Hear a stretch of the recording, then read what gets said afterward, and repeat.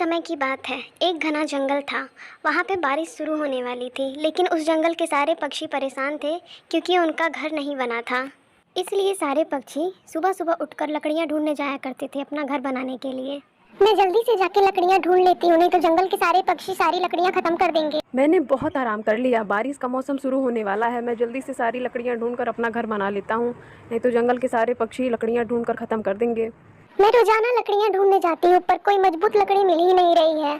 इस बार ज्यादा धूप और गर्मी के कारण सारी लकड़ियाँ सड़ गई हैं। जंगल के सारे पक्षी लकड़ियाँ ढूंढ रहे होंगे अपना घर बनाने के लिए। मैं भी चल के ढूंढ कर बना लेती हूँ अपना घर। टूनी चिड़िया लकड़ियाँ ढूंढने के लिए निकल जाती है। दूसरी तरफ लूसी कबूतर लकड़ियाँ ढूंढ रही होती है। एक जगह उसे लकड़ी दिख जाती है। अरे वाह, मेरी किस्मत तो बहुत अच्छी है, मुझे इतनी जल्दी लकड़ी मिल गई। अब जल्दी से इन लकड़ियों को ले जाकर मैं अपना घर बना लेती हूँ। फिर लूसी कबूतर अपना घर बना लेती है और उसमें आराम से रहने लगती है। टूनी चिड़िया और कालू कौवा भी लकड़ियाँ ढूंढ रहे थे अपना घर बनाने के लिए। इतनी देर हो गई है, अभी तक मुझे एक भी लकड़ी नहीं मिली। शायद किसी भी वक्त हो सकता है। मैं क्या करूँ भगवान, मुझे कुछ समझ नहीं आ रहा है। तभी टूनी चिड़िया को एक जगह पर कुछ लकड़ियाँ दिख जाती हैं। अरे वाह, आज मुझे लकड़ियाँ मिल ही गई। चलो मैं चलकर अपना जल्दी से घर बना लेती हूँ। इतना कहकर टूनी चिड़िया उन लकड़ियों के पास जाकर बैठ जाती है। दूसरी तरफ कालू कौवा भी बहुत देर से लकड़ियाँ ढूंढ रहा था, पर उसे एक भी लकड़ी नहीं मिल रही थी। अरे भाई, अब मैं क्या करूं? इतनी मेहनत तो मैंने अपनी पूरी ज़िंदगी में नहीं की। अगर बारिश नहीं आती तो मैं ये सब कभी ना करता। तभी कालू कौवे की नज़र टूनी चिड़िया पर पड़ती है।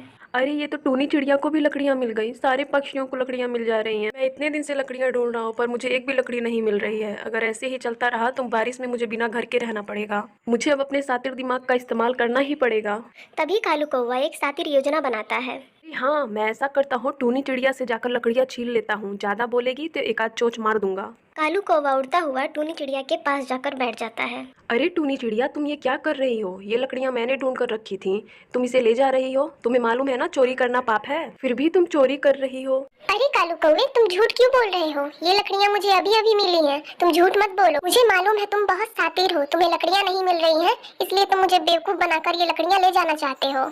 अच्छा चलो टूनी चिड़िया, अब तुम्हें पता लग गया है तो लाओ, ये लकड़ियाँ आप मुझे दे दो। नहीं कालू कौवे, मैं तुम्हें ये लकड़ियाँ नहीं दूंगी। अगर तुम लकड़ियाँ नहीं दोगी तो मुझे जबरदस्ती करना भी आता है, इसलिए मैं अभी प्यार से पेश आ रहा हूँ। चुपचाप से ये लकड़ियाँ मुझे दे दो।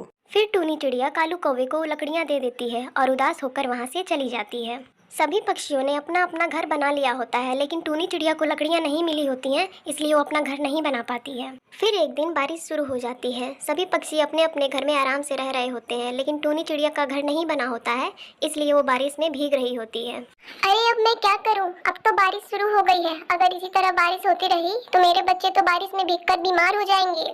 मुझे अब कुछ न कुछ तो सोचना ही पड़ेगा। तभी टूनी की नज़र एक दरख्त पर पड़ती है और वो अपने बच्चों को वहाँ पर ले जाकर रख देती है। उसमें इतनी सी जगह थी कि उसमें सिर्फ उसके बच्चे आ सकते थे। वो बाहर बैठकर भीग रही थी। सुबह बारिश रुक जाती है, लेकिन टूनी चिड़िया की तबीयत बहुत ज़्यादा खराब हो जाती है।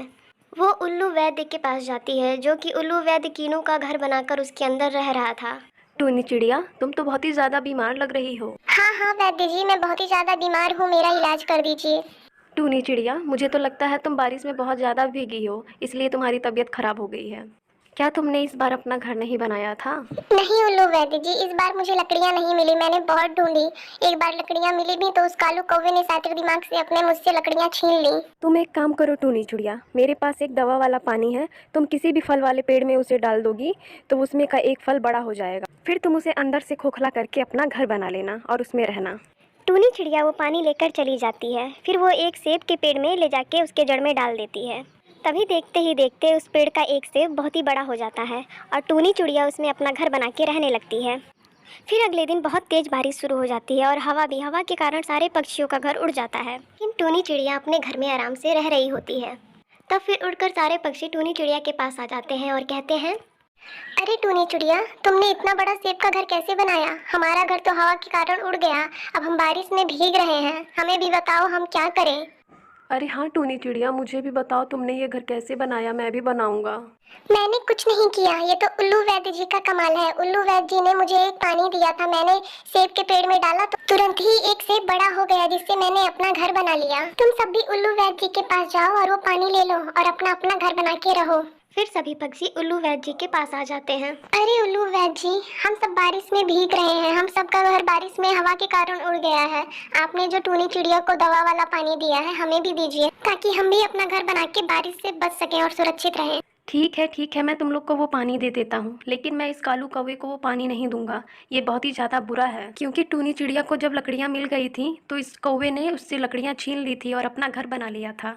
टूनी चिड़िया पूरे एक दिन बारिश में भीगी थी, अब ये भी भीगेगा तब पता चलेगा इसको। तुम सब ये पानी ले जाओ। तब वो लोग पानी लेकर चले जाते हैं और अपना घर बना लेते हैं और आराम से रहने लगते हैं। और कालू कौवा एक पेड़ पर बैठा भीग रहा था। तब कालू कौवे को समझ आ जाती है कि गलत काम का गलत नतीजा होता है। उसने टूनी चिड़िया के साथ बहुत ही गलत किया था, इसलिए आज उसके साथ ऐसा हो रहा है। इस कहानी से हमें ये सीख मिलती है, हमें किसी के साथ कभी बुरा नहीं करना चाहिए, हमेशा सबका अच्छा करना चाहिए।